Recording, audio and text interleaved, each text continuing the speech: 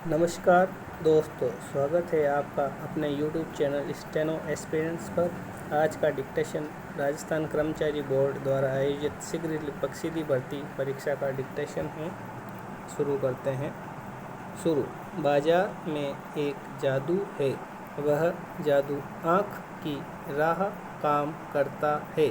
वह रूप का जादू है, पर जैसे चुंबक का जादू लोहे पर ही चलता है, वैसे ही इस जादू की भी मर्यादा है।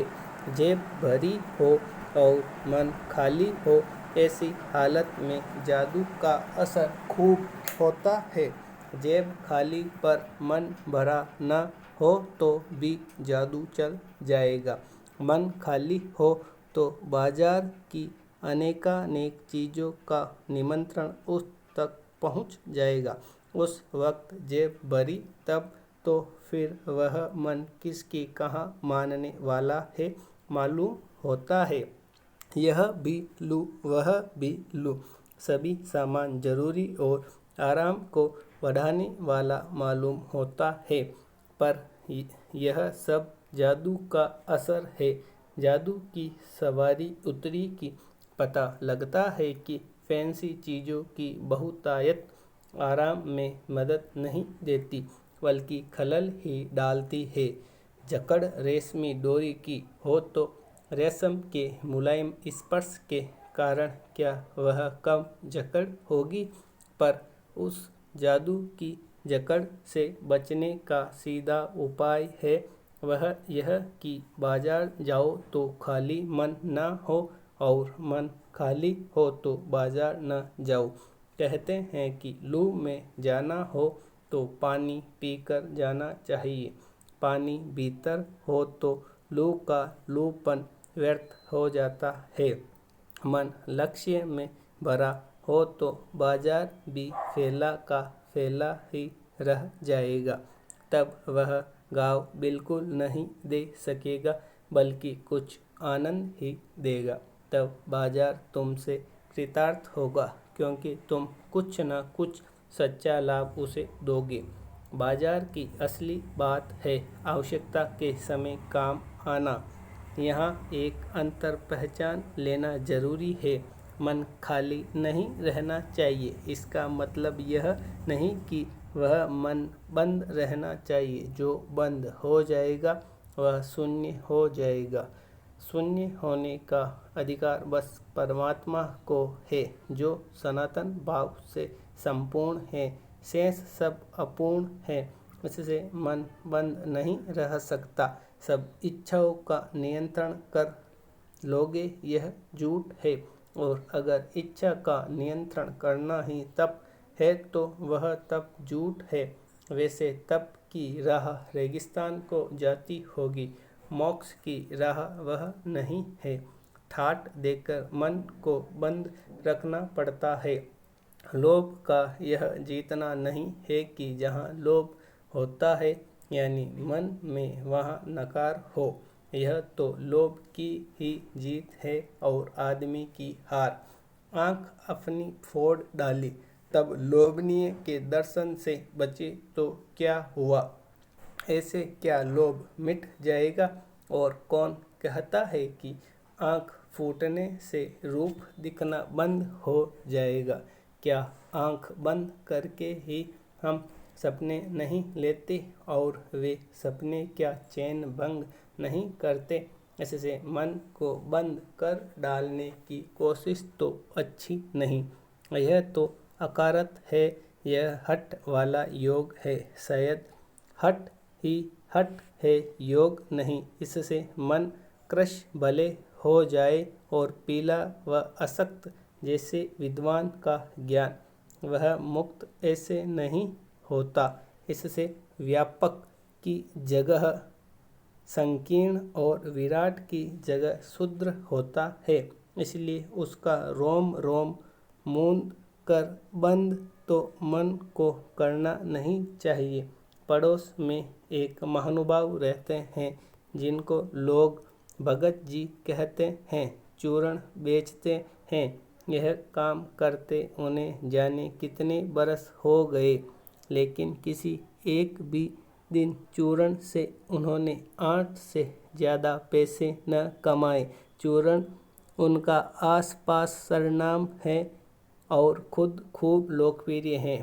कहीं व्यवसाय का गुर पकड़ लेते और उस पर चलते तो आज खुशहाल क्या माला माल होते। क्या कुछ उनके पास न होता। इधर 10 वर्षों से मैं देख रहा हूँ उनका चूरण हाथों हाथ बिक जाता है, पर वह न उसे थोक में देते हैं न व्यापारियों को बेचते हैं। पेशगी ऑर्डर कोई नहीं लेते। निश्चित वक्त पर अपनी चूर्ण की पेटी लेकर घर से बाहर हुए नहीं कि देखते देखते 8 आने की कमाई उनकी हो जाती है। लोग उनका चूर्ण लेने को उत्सुक जो रहते हैं, चूर्ण से भी अधिक शायद वह भगत जी के प्रति अपनी सद्भावना का देय देने को उत्सुक रहते हैं।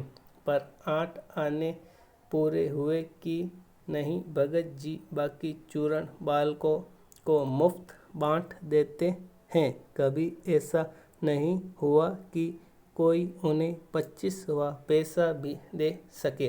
कभी चूर्ण में लापरवाही नहीं हुई और कभी रोग होता भी मैंने उन्हें नहीं देखा है। और तो नहीं, लेकिन इतना मुझे निश्चय मालूम होता है कि इन चूर्ण वाले भगत जी पर बाजार का जादू नहीं चल सकता था। कहीं आप भूल कर न बैठिएगा। इन पंक्तियों को लिखने वाला मैं चूर्ण नहीं बेचता हूँ, ऐसी हल्की बात सोचिएगा भी नहीं।